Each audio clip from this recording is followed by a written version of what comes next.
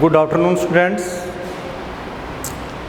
आज हम BSc first year और बीएससी बीएड फर्स्ट ईयर की जूलॉजी क्लासेस शुरू करने जा रहे हैं। तो देखिए, बीएससी फर्स्ट ईयर और बीएससी बीएड फर्स्ट ईयर वैसे कॉमनली 2 बुक लगती है। कितनी बुक लगती है? 2 बुक लगती है। एक तो आपकी इसमें बुक लगती है नॉन कोर डेटा। कौन सी लगती है? Non core data. और एक बुक लगती है आपकी सेल बायोलॉजी। कौन सी लगती है? Cell biology. अब देखिए, आपकी जो नॉन कोर डेटा वाली बुक हैं, इसके 2 पेपर हैं। कितने पेपर हैं? 2 पेपर हैं। इसका पेपर फर्स्ट जो है वो है आपका लोअर नॉन कोर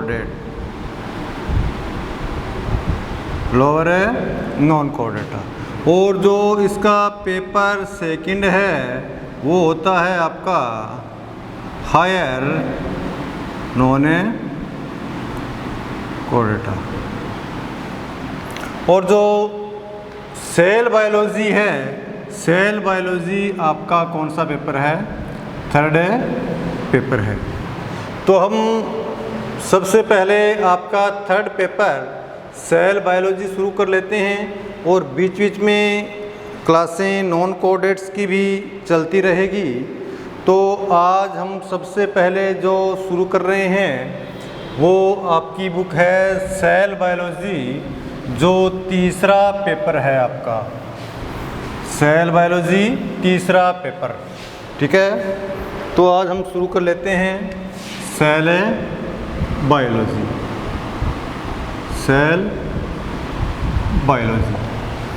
तो सबसे पहले बात आती है कि सेल बायोलॉजी क्या है।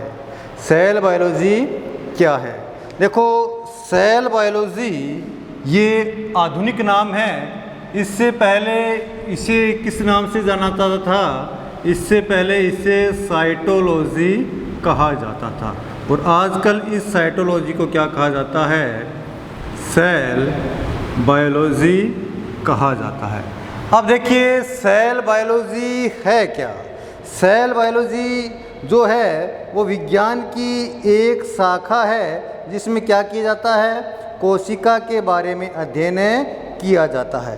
विज्ञान की इस शाखा में कोशिका के बारे में अध्ययन किया जाता है, यानी कि कोशिका से संबंधित जितने भी इसकी कार्य की मॉर्फोलॉजी, जेनेटिकली, बायोस्टैटिक, बायोकेमिकल, जितने भी इसकी जो प्रॉपर्टीज़ है, उस सेल की संपूर्ण प्रॉपर्टीज़ की स्टडी हम किस में कर लेते हैं? सेल बायोलॉजी में कर लेते हैं। चाहे वो इसकी आनुवंशिकता से संबंधित हो, चाहे वो इसकी कार्यकी से संबंधित हो, चाहे इसके जो ऑर्गन्स है, ऑर्गनलीज है, उनसे संबंधित हो, चाहे अन्य जो केमिकल इसके अंदर पाए जाते हैं, जो इसकी क्रिया विधि है, सब का अध्ययन किसके अंदर किया जाता है?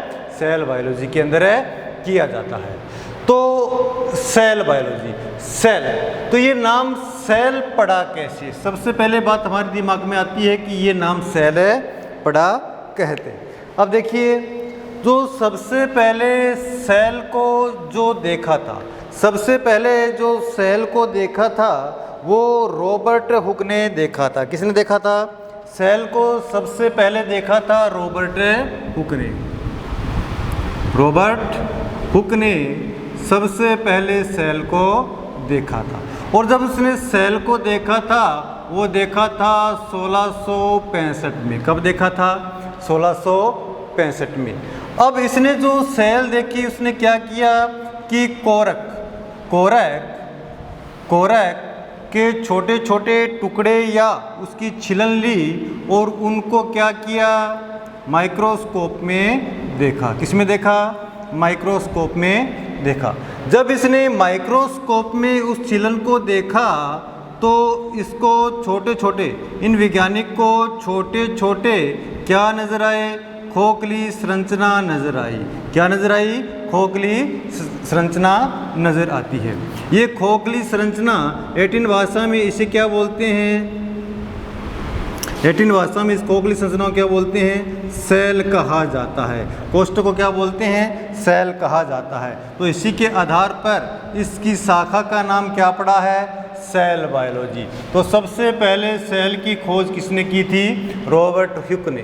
रॉबर्ट हुक ने जो सेल खोदी थी वो कोरक के छिल के टुकड़े थे, अर्थात डेड सेल थी, मृत कोशिकाओं की खोज की थी। लेकिन बाद में रक्त समूह का अध्ययन करके, स्पर्म का अध्ययन करके एक वैज्ञानिक है ल्यूवेनहोक। कौन सा वैज्ञानिक है? ल्यूवेनहोक ने स्पर्म और ब्लड सेल का अध्ययन करके लिविंग सेल्स की खोज की थी, जीवित कोशिकाओं की खोज की थी। ठीक है, ये तो थी खोज के बारे में। पर एक बात ध्यान में रखना कि मैं यहाँ पर बात कर रहा हूँ रॉबर्ट हुक की। रॉबर्ट हुक ने कोशिका की खोज की थी और एक नाम इससे मिलता जुलता और होता है रॉबर्ट ब्राउन। रॉबर्ट ब्राउन ने किसकी खोज की थी? रॉबर्ट ब्राउन ने, ध्यान रखिएगा, न्यूक्लियस की खोज की थी, यानी कि केंद्र की खोज की थी। तो कोशिका की खोज की थी रॉबर्ट हुक ने। अब रॉबर्ट हुक ने कोशिका की खोज की थी, ल्यूवेनहोक ने जीवित कोशिका की खोज की थी। बाद में कुछ वैज्ञानिकों ने इन कोशिकाओं का निरंतर रूप से क्या करते रहे? अध्ययन करते रहे। अध्ययन करके दो वैज्ञानिकों के नाम आते हैं, एक तो होता है सलीडन और सवान। दो वैज्ञानिक हैं सलीडन और सवान।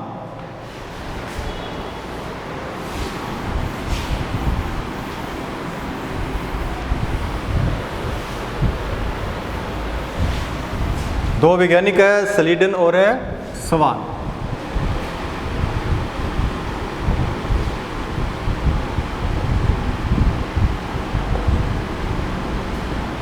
स्लीडन और सवान ने इन कोशिकाओं के जो अध्ययन करके सामूहिक रूप से एक सिद्धांत दिया था, जिसे किस नाम से जाना जाता है? उस सिद्धांत को सेल थ्योरी के नाम से जाना जाता है। और अपने सिद्धांत में इन्होंने सेल के बारे में कुछ पॉइंट जो बताए हैं, कुछ पॉइंट बताए हैं कि इन्होंने बताया है कि जो सेल होती है, जो कोशिका होती है वो जीवों में क्या होती है? जीवों में संरचनात्मक क्या होती है?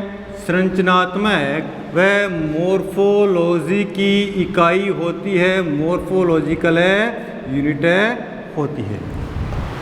एक बात इन्होंने और बताई है कि जो सेल होती है वो जीवों में क्या होती है? वो जीवों में फिजियोलॉजिकल यूनिट भी होती है, कार्य की इकाई भी होती है। अर्थात किसी भी बॉडी का, किसी भी लिविंग ऑर्गन के जितने भी फिजियोलॉजिकल या कार्य की जो सिस्टम चलते हैं वो संपूर्ण कोशिकाओं के कार्य की परिणाम होते हैं। संपूर्ण कोशिकाओं के कार्य की परिणाम होते हैं।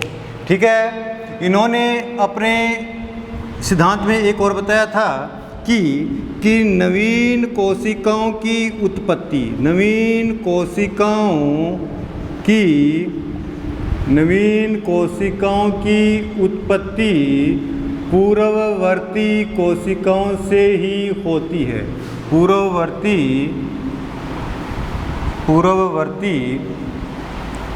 कोशिकाओं से होती है। ये बात सेल थ्योरी के अंदर पढ़ते हैं, लेकिन ये बात स्लाइडन और सवान ने नहीं बताई थी। ये बताया था एक वैज्ञानिक है रुडोल्फ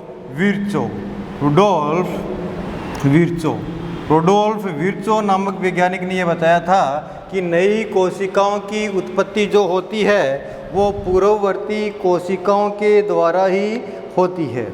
नई कोशिकाओं की उत्पत्ति पूर्व कोशिकाओं के द्वारा ही होती है। और उन्होंने एक सिद्धांत दिया था, ओमनी सेलुला ई सेलुला एक सिद्धांत भी प्रतिपादित किया था। ये किसने बताया था? रुडोल्फ विर्चो ने बताया था। और इस सिद्धांत का एक बार इस सिद्धांत के अनुसार कि सभी जीवों में जो कोशिका होती है, जो सेल होती है, वो सबसे क्या होती है? सबसे छोटी यूनिट होती है। यानी कि जीवों के शरीर की जो कोशिका होती है वो सबसे छोटी यूनिट होती है।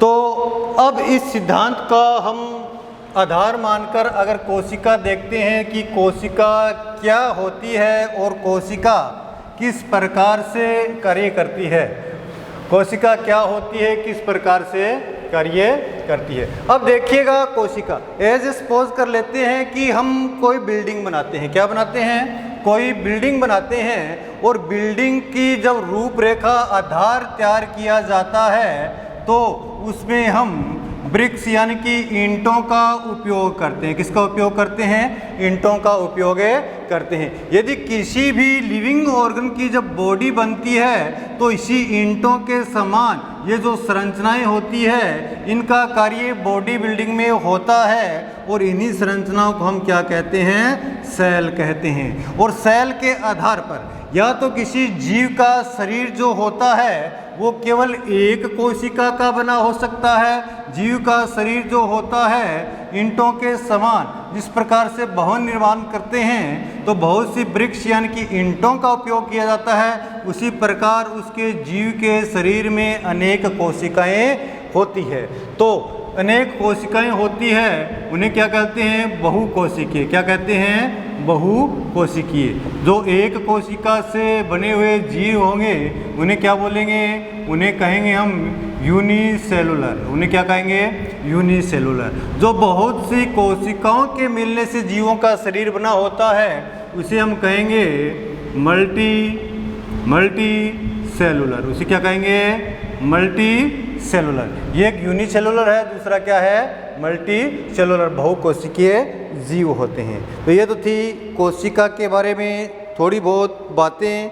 बाकी इस कोशिका के अंदर किस किस प्रकार के रसायन पाए जाते हैं, किस किस प्रकार के ऑर्गेनेल इसके अंदर प्रेजेंट होते हैं, ये सभी बातें आगे के हम जो टॉपिक हैं, चैप्टर हैं, क्लास है, उनमें करते जाएंगे।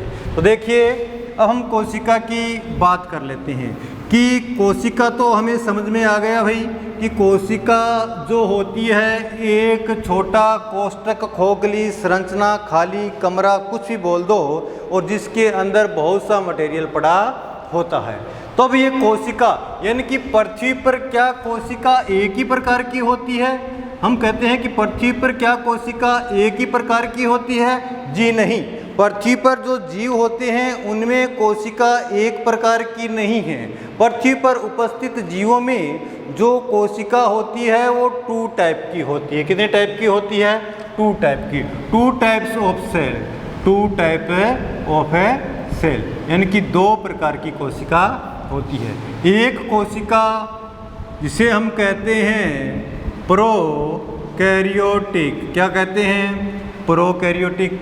और जी दूसरी जो कोशिका होती है स्टूडेंट्स, उसे हम बोलते हैं यूकैरियोटिक। दूसरी कोशिका को क्या कहते हैं? यूकैरियोटिक। अब देखिए, एक तो कोशिका है प्रोकैरियोटिक और यूकैरियोटिक। तो प्रोकैरियोटिक और यूकैरियोटिक का फिर मीन क्या है, अर्थ क्या है, क्या मतलब हुआ कि कैसे डिफाइन करेंगे कि ये सेल्स प्रोकैरियोटिक कहेंगे और इस प्रकार की सेल होगी तो हम उसे क्या कहेंगे? यूकैरियोटिक कहेंगे। तो सबसे पहले इनके शब्दों का गणित समझिए। इनके शब्दों का गणित समझिए। इनके शब्दों का गणित क्या कहता है? एक में तो शब्द हैं प्रो प्लस दूसरा शब्द अगर संधि विच्छेद करते हैं तो क्या हो जाएगा? कैरियन। और इसमें यू प्लस कैरियन। एक तो बनता है pro plus karyon, eu plus karyon. Pro को बोलते हैं प्राक या आध।